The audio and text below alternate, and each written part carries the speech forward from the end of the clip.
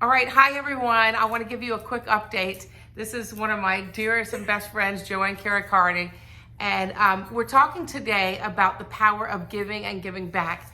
And we always say, and Jo-Ann's taught me, and I've learned this all throughout my career, that when you give, you get back tenfold. I mean, it may not be from that same person, it may be from somebody else in your life, but it comes back to you.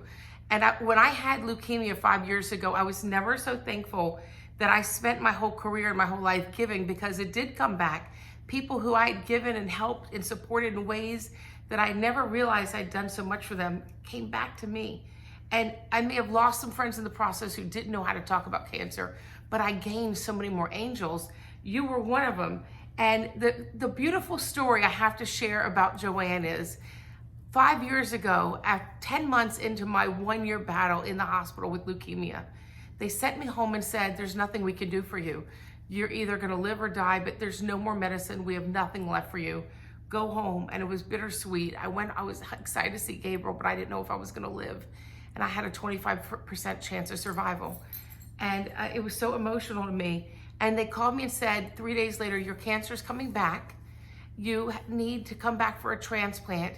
You have 100 days, you need 100 days of caregivers within the next 3 days. Like, I needed to put my head before my heart, go into work mode, create a spreadsheet, and find 100 days of caregivers. And I thought, how the heck am I gonna do that? How is that even possible? And they said, we pride ourselves on success rates. Like, we're not gonna let you go through this if you don't have someone. It was kind of like a Ronald McDonald House, but you had to pay for it. So how Jo-Ann walked into my life is, I was walking out of my driveway crying to pick up like maybe the newspaper or something. And here it is, my friend Carrie and Henry walking with their dear friend Jo-Ann they just picked up from the airport. Yeah, it's amazing how I believe the universe conspires, right? And it sends us angels and the people that we need whenever we need them. Because when Henry and Carrie, aka Miss Yvonne, shout out to Miss Yvonne, picked me up from the train station, they had said that unfortunately, I was probably going to miss you. Like, they wanted me to meet you, us to meet, but because we're Gowanus. Yes, because you were on your way back to Hopkins. But as it turned out, when we turned the corner and, you know, we were approaching the house, we saw you in the driveway. And you were there sobbing because you didn't have a bed.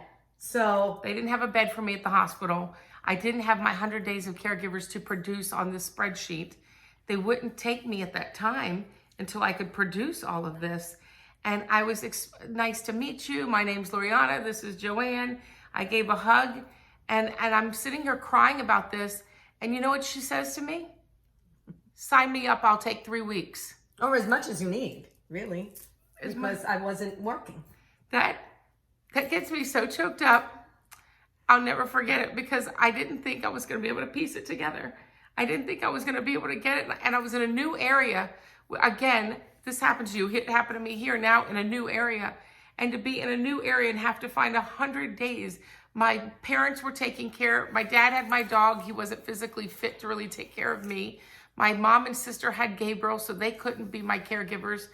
I didn't have the family members. We don't have a large family.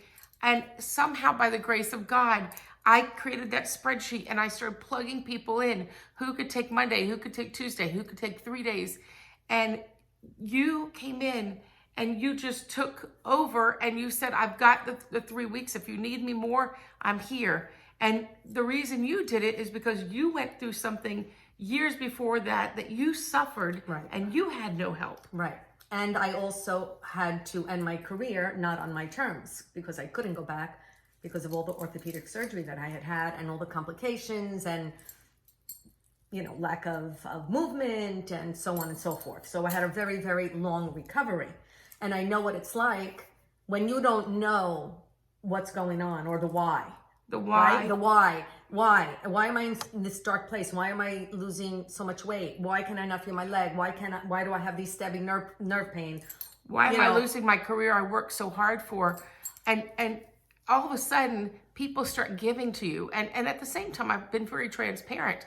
When all of this chaos is swirling around you, there are also some friends, and I know that they have big hearts, but now the term is called ghosting, as they say, but they literally ghost you. Mm-hmm. They disappear because Either they're too busy with their lives and they don't want to be, if they answer the phone, they don't want to be hearing like the tears and the crying and what do they say. And they also have too many positive things going.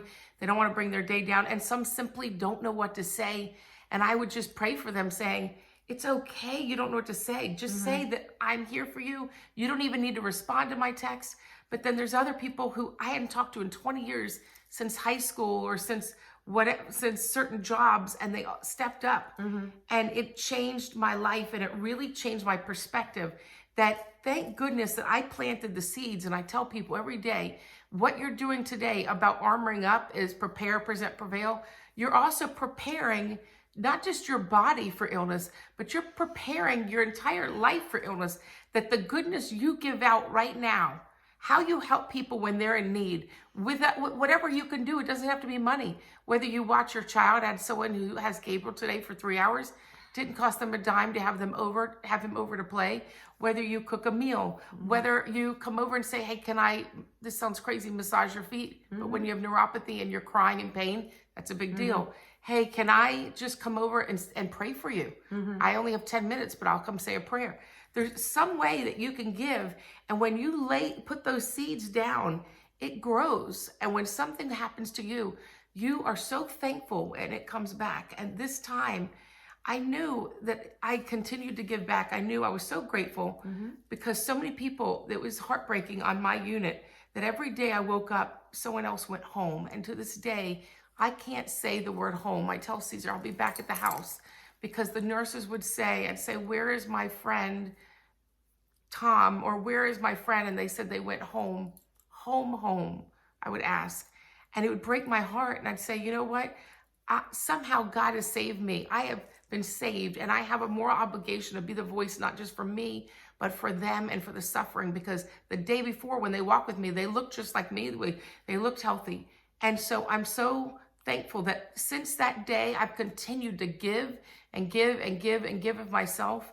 And you know, it's come back to me. It's come back. And I think one of the lessons that I learned through my ordeal and with other people who have and now you're back here helping me. Now I'm back again, is that, you know, for people who are fixers like us, and we take charge and, you know, we're the rock and we put out the fires, it's hard for us to ask for help sometimes. Yes. So my whole journey taught me how to ask for help. And if there's anything that I could say to people is, you know, sometimes we'll say, even we're guilty of this, what can I do for you? When you're in such a dark place and you're riddled in so much pain, and you don't even know how you're going to get through the next 5 minutes, never mind the next hour or day or days, just show up. Just do it. Just don't ask, what can I do for you? Because we don't have the wherewithal or the clarity of mind to even articulate what we need. Or we're not humble. It's also hard to even humbling. say, hey, you know what you can do for me? Can you help me clean my kitchen or do my dishes? I have no strength. Right. So it's better, even though people mean well. So many people always say, hey, let me know if you need anything. It's like that throwaway line. I know they mean it from their heart, but if you could be more specific of, hey, you know what? Give me a day next week. I can have Gabriel over so you can get an extra nap. Right. Or give me a list of shopping list. Give me a shopping list. I'll Venmo you. I don't expect for you to pay for my groceries, but give me a shopping list that I can pick up. Or is there anything special you? What are you craving? What's your guilty pleasure? Can I make you something? Something, but try to be more. But try to be more tangible, and that helps. But I don't want people to give money, and I'm not asking for that kind of thing. I'm just saying that always try to be more specific of how can you help, because we're not just humble, but we're humiliated to ask for help. Because a lot of times there's that. I know we're running out of time, but a lot of times there's shaming. Many of us. I realize cancer can be caused by many habits that people have that are some bad habits. But many of us have led very healthy lives, done everything possible. And there's still that shame around it. Like maybe we caused it because people say, well, what have you been doing in your diet? And I'm like, I'm gluten-free, dairy-free, sugar-free, caffeine-free, I juice, blah, blah, blah. And you feel almost ashamed. And then there's other people who have to keep going to work, so they can't tell people because they need a job and they need the employment. So if there's a way you can help someone, you're planting the seed, because my doctor said we are all born with the seeds of our own destruction. Meaning It's a crazy statement, but something's going to happen to all of us at some point in time. It may be small, it may be large, it may be 5 years from now, 20 years from now, or 5 days from now. But the goodness you put out, I promise you that you will get back. And I am so grateful that I met Jo-Ann. I'm grateful. My princesa. Today she made me meditate, and I didn't have time, and I always meditate. And she said, I need 3 minutes from you. I said, I don't have time to meditate. Go away. So we have time. And so she made me sit down and meditate. So we have our little arguments. But armor up for life, prepare, present, prevail, and lay down the seeds of foundation of giving back so it will come back to you tenfold. Have a great day, everybody. Bye.